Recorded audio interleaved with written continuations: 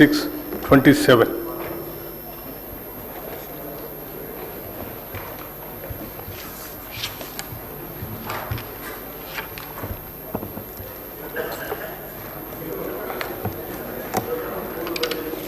గౌరవ అధ్యక్ష, ప్రజల ప్రయోజనాలే పరమావధిగా రాష్ట్ర అభివృద్ధి ధ్యేయంగా సాగుతున్న ఈ ప్రజాప్రభుత్వంలో వరుసగా నాలుగోసారి 2026-27 ఆర్థిక సంవత్సరానికి బడ్జెట్ను ప్రవేశపెట్టే అవకాశం నాకు కల్పించిన తెలంగాణ ప్రజానికానికి, ప్రభుత్వానికి, కాంగ్రెస్ నాయకత్వానికి హృదయపూర్వక కృతజ్ఞతలు తెలుపుకుంటున్నాను.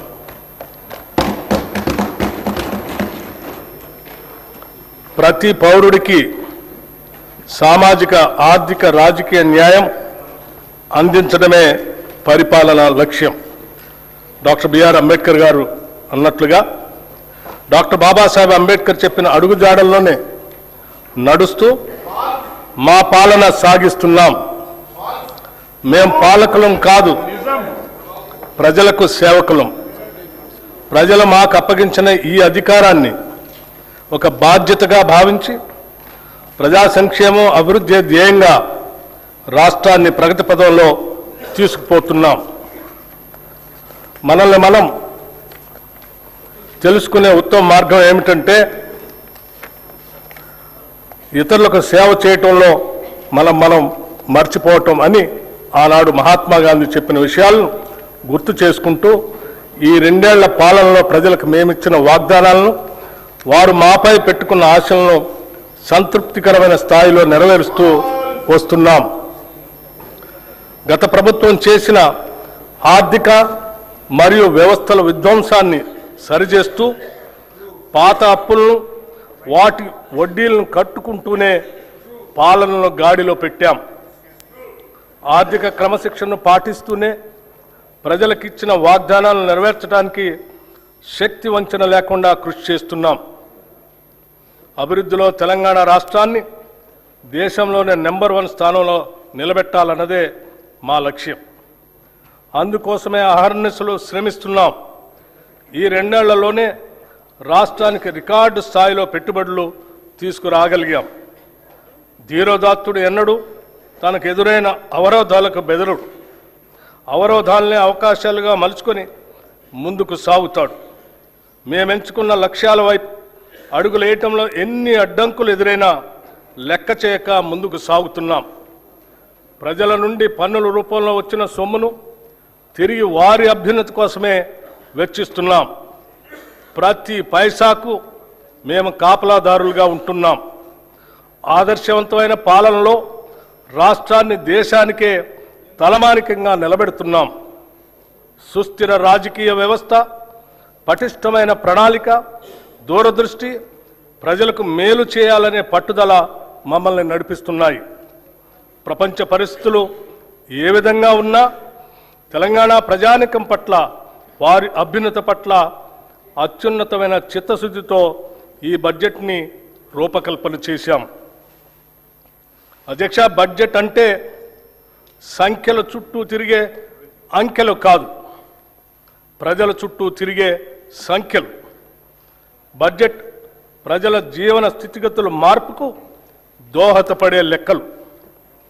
తెలంగాణ ప్రజల ఆశలు, ఆశయాలను నిజం చేసే సంకల్ప పత్రమే ఈ బడ్జెట్. రాష్ట్ర సమగ్రాభివృద్ధికి అద్దం పట్టేలా దీన్ని రూపొందించాం. రాజ్యాంగ విలువలకు కట్టుబడి పారదర్శకతతో పాలన సాగిస్తున్నాం. గొప్పల కోసం మేము అబద్ధాలు చెప్పం. ఈ ప్రభుత్వం వాస్తవాల పునాదుల మీద పనిచేస్తుంది. మభ్యపెట్టే మాయమాటలు చెప్పం. ప్రశ్నించిన వారిని దూషించడం మా నైజం కాదు. బాధ్యతతో ఎవరు ప్రశ్నించినా బాధ్యతతోనే వారికి సమాధానం చెప్తాం. అది ప్రజల పట్ల, ప్రజాస్వామ్యం పట్ల మాకున్న చిత్తశుద్ధి. అనేక సవాళ్లు మరియు ఆర్థిక ఒత్తిళ్లను ఎదుర్కొన్నప్పటికీ తెలంగాణ రాష్ట్రం బూడిదలోంచి ఫినిక్స్ పక్షి మళ్లీ లేచినట్లు అభివృద్ధి దిశగా వడివడిగా ముందుకు సాగుతుంది. ప్రజల సంకల్పం, ప్రభుత్వ దృఢ నిశ్చయంతో రాష్ట్ర ఆర్థిక వ్యవస్థకు పకడ్బందీగా పునాదులు వేస్తున్నాం.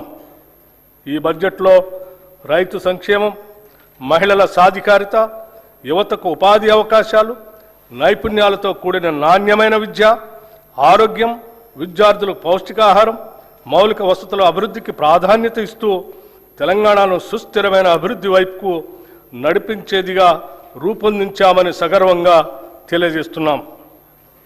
తెలంగాణ అస్తిత్వానికి మరియు సంస్కృతికి, సాంప్రదాయాలకి, పండుగలకి మా ప్రభుత్వం పెద్దపీట వేసింది.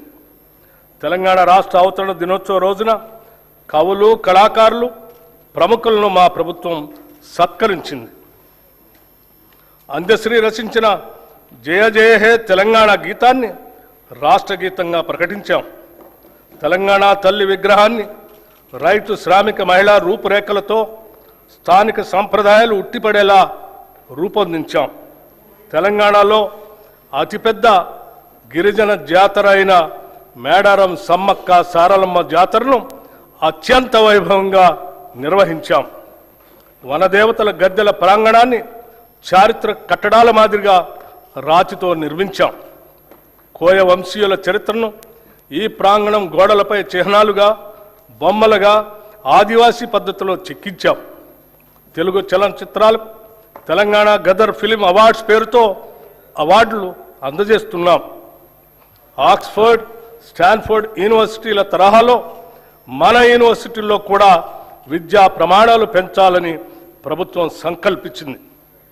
ఉస్మానియా విశ్వవిద్యాలయం, జవహర్లాల్ నెహ్రూ సాంకేతిక విశ్వవిద్యాలయం, వీరనారి చాకలి ఐలమ్మ మహిళా విశ్వవిద్యాలయాలను అంతర్జాతీయ స్థాయి విద్యా సంస్థలుగా తీర్చిదిద్దేందుకు చర్యలు తీసుకుంటున్నాం.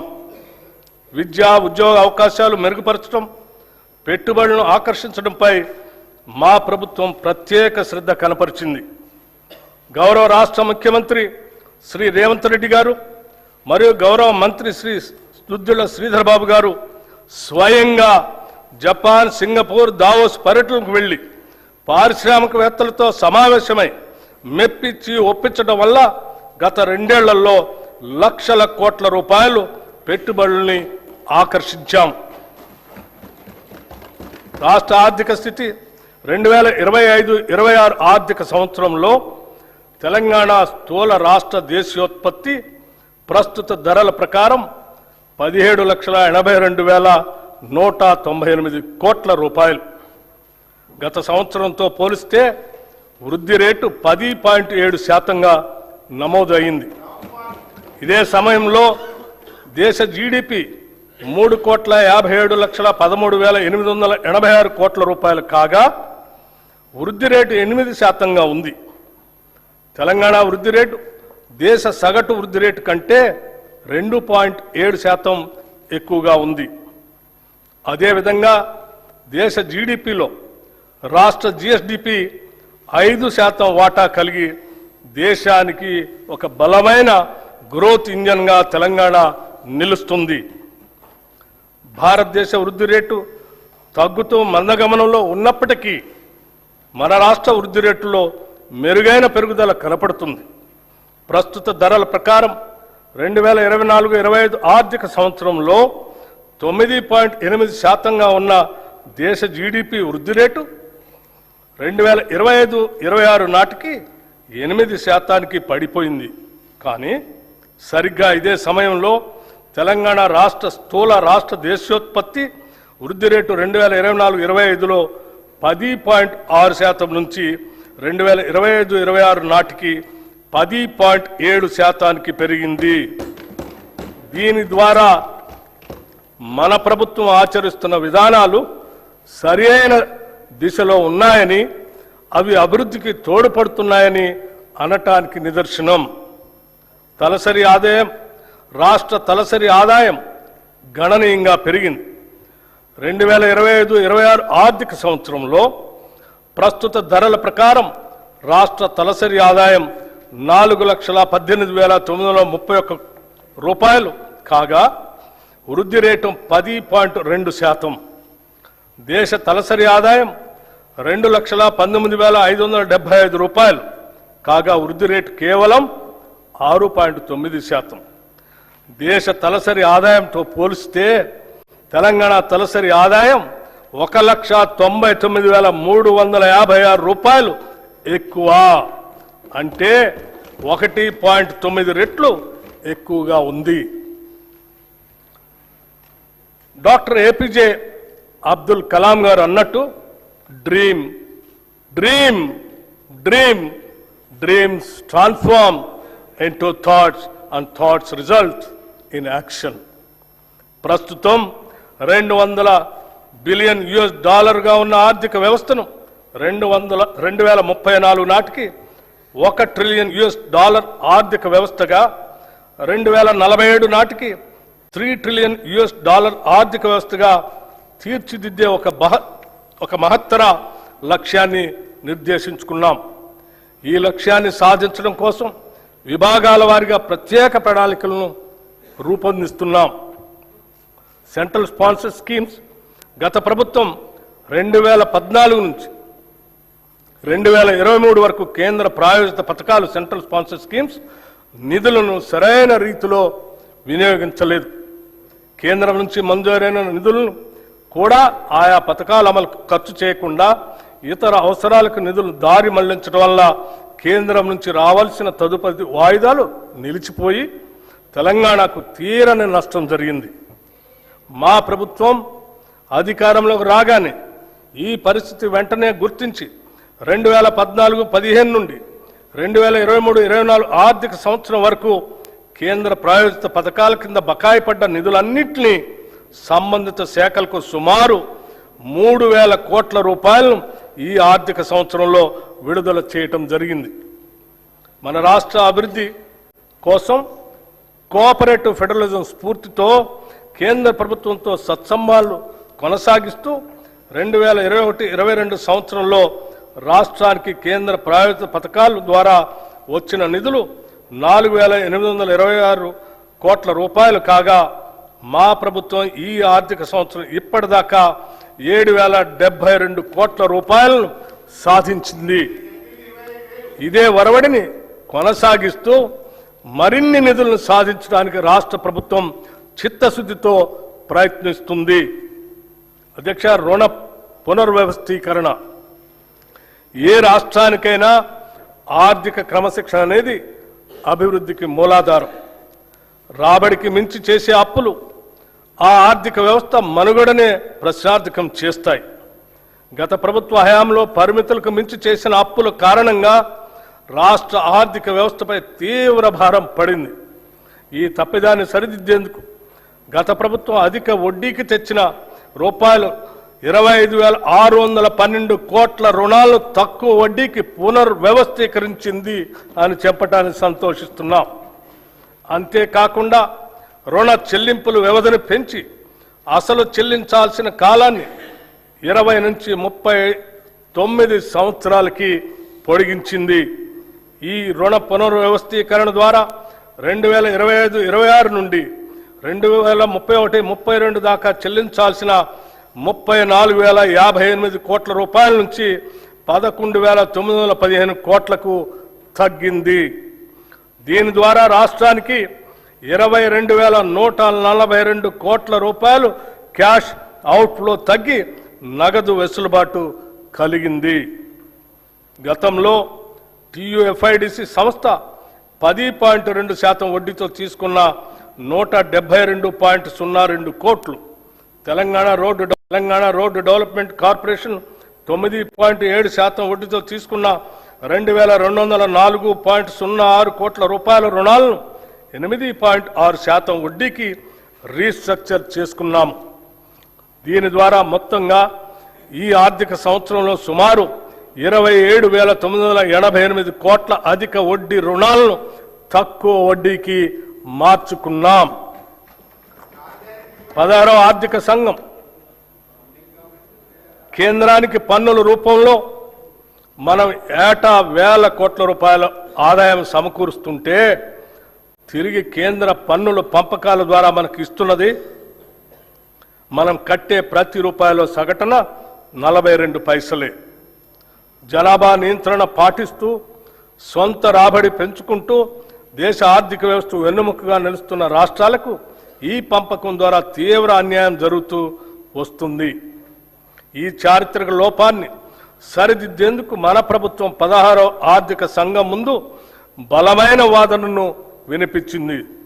తద్వారా కేంద్ర పన్నుల పంపకం ఫార్ములాలో కేవలం జనాభా ఆదాయ వ్యత్యాసాలు లాంటి అంశాలనే కాకుండా రాష్ట్ర జిఎస్డిపిని కూడా ఒక కీలక కొలమానంగా పరిగణలోకి తీసుకునేలా మెప్పించి ఒప్పించడంలో మన ప్రభుత్వం విజయం సాధించింది. దీని ద్వారా తెలంగాణ వాటాను 2.102% నుండి 2.174% పెంచటం జరిగింది. తెలంగాణ రాష్ట్రాన్ని దేశంలోనే భవిష్యత్ ఆర్థిక శక్తిగా అభివృద్ధి చేయాలనే లక్ష్యంతో తెలంగాణ రైజింగ్ గ్లోబల్ సమ్మిట్ 2025ను డిసెంబర్ 8-9 తేదీల్లో హైదరాబాద్లోని భారత్ ఫ్యూచర్ సిటీలో విజయవంతంగా నిర్వహించాం. ప్రధాన రంగాలలో ప్రపంచ స్థాయి పెట్టుబడులను ఆకర్షించడానికి ఈ సమ్మిట్ ఒక ముఖ్య వేదికగా నిలిచింది. ప్రపంచవ్యాప్తంగా సుమారు 2,000 మంది అంతర్జాతీయ ప్రతినిధులు, పెట్టుబడిదారులు, విధాన రూపకర్తలు, ఆర్థిక నిపుణులు, సాంకేతిక రంగ నిపుణులు ఈ సమ్మిట్లో పాల్గొన్నారు. ఈ సమ్మిట్లో నోబెల్ బహుమతి గ్రహీతలు ఆర్థికవేత్త శ్రీ అభిజిత్ బెనర్జీ, సామాజికవేత్త శ్రీ కైలాష్ సత్యార్థి, ఆర్బీఐ మాజీ గవర్నర్లు శ్రీ దువ్వూరి సుబ్బారావు, శ్రీ రఘురామ రాజన్, ఆర్థికవేత్త శ్రీ అరవింద్ సుబ్రహ్మణ్యన్, యునైటెడ్ కింగ్డమ్ మాజీ ప్రధాని Shri Tony Blair, World Economic Forum ప్రతినిధి శ్రీ జెర్మీ జగ్గన్స్ వంటి ప్రముఖులు పాల్గొన్నారు. అదేవిధంగా పరిశ్రమల రంగం నుంచి శ్రీ శంతన్ నారాయణ్, శ్రీ ఆనంద్ మహేంద్ర, శ్రీ ప్రేమ్